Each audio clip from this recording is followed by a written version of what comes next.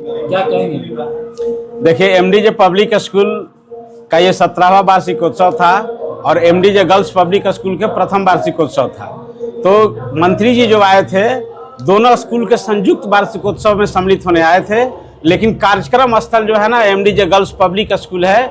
एमडीजे girls public school के campus में ये वार्षिकोत्सव आयोजित हो रहा है। हमारे मंत्री जी जो आए थे, हम लोग के लिए बहुत अच्छा लगा।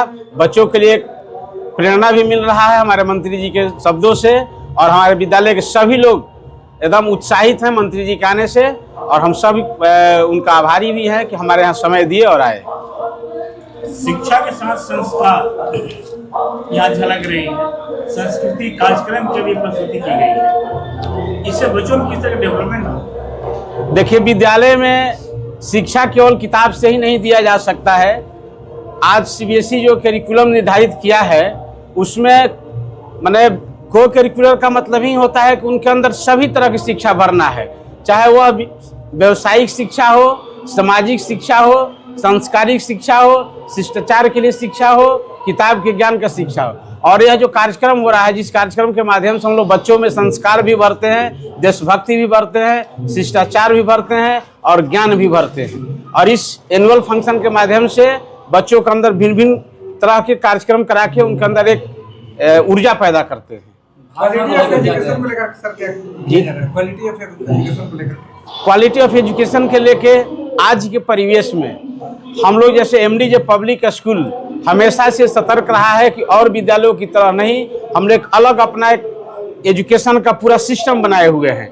जो सरकार का दिशा निर्देश है पूरी तरह उसको फॉलो करते हैं। सीबीएसई का जो दिशा निर्देश उसको पूरी तरह फॉलो करते हैं। और हम लोग केवल दिखावे की पढ़ाई नहीं करते हैं, हमारे टीचर शिक्षक हाई क्वालिफाइड है, सब एक्सपीरियंस्ड हैं और बच्चों में क्वालिटी एजुकेशन प्रतिदिन भरते हैं। एक तरफ सर अभिभावक असंगित रहते हैं कि हमारी सियानी बेटिया को दूर न भेजे, उसके लिए यहाँ अलग व्यवस्था किया गया है। बच्चियाँ कितने महफूज है सर यहाँ? देखिए, हम लोग उसी उद्देश्य से इस विद्यालयों को सेपरेट किए हैं। एमडीजे का एक को एजुकेशन का अलग कैंपस चल रहा है जिसमें बच्चे और बच्चियाँ दोनों पढ़ते हैं, और पिछले वर्ष हम लोग गर्ल्स का एक अलग सेपरेट व्यवस्था शुरू किए, इसका अलग कैंपस निर्धारित किए जिसमें एमडीजे गर्ल्स पब्लिक स्कूल चल रहा है। आज बच्चियां इस विद्यालय में पढ़ के बहुत खुश महसूस हो रही है, अपने आप को सुकून भी महसूस करती हैं और किसी तरह के उनके अंदर कोई भय डर का वातावरण नहीं है। एकदम निर्भय होकर अपने शिक्षा को ग्रहण करती है। पढ़ाने वाले शिक्षक भी इसमें सभी महिलाएं ही हैं। भाषा को लेकर क्या कहेंगे? अगर जाए तो भाषा को लेकर बताया कि जो क्षेत्रीय भाषा को बढ़ावा देंगे। आज देखिए, सीबीएसई या देश स्तर पर नर्सरी से लेकर 5 क्लास तक क्षेत्रीय भाषा में पढ़ाई करना है। हम लोग उस चीज को पूरी तरह फॉलो करते हैं। हमारा एक पीरियड क्षेत्रीय भाषा पर डे होता है, उसके बाद हम हिंदी, इंग्लिश, संस्कृत वगैरह वगैरह एसएसटी साइंस मैथ पढ़ाते हैं। क्षेत्रीय भाषा का ज्ञान प्रतिदिन दिया जाता है। बहुत सारे छात्र छात्रा है मोबाइल का यूज करते हैं, कहीं ना कहीं मिसयूज भी करते हैं, तो उसको लेकर यहाँ पे क्या मोटिवेशन दिया? देखिए, मोबाइल आज के लिए जरूरी भी है और हमारे कुछ कार्यों के लिए बाधक भी है। तो हम लोग बच्चों को हमेशा ये संदेश देते हैं कि आप अपने सार्थक कार्य के लिए मोबाइल का उपयोग करिए। हमेशा इसका एक रिमेडियल हम लोग वर्कशॉप करते हैं बच्चों के, इसके लिए एक मीटिंग भी करते हैं, क्लास में भी ब्रीफिंग हर सप्ताह इसके लिए किया जाता है कि मोबाइल का यूज आपको कैसे करना है, इसका सिर्फ सदुपयोग करना है, इसका दुरुपयोग नहीं करना है। एक सर मंत्री जी अभी बोले थे कि स्कूली ज्ञान और किताबी ज्ञान से हट करके व्यवहारिक ज्ञान शुड बी मस्ट है, काफी जरूरी है। इसके ऊपर क्या? एकदम मंत्री जी का कहना बिल्कुल सही है। किताबी ज्ञान के साथ व्यवहारिक ज्ञान होना आवश्यक है। हमारे पास अगर किताबी ज्ञान हो गया, व्यवहारिक ज्ञान नहीं है, तो हम इस समाज में कुछ नहीं कर सकते हैं, समाज के लिए कुछ नहीं कर सकते हैं। इसलिए व्यवहारिक ज्ञान होना एकदम आवश्यक है।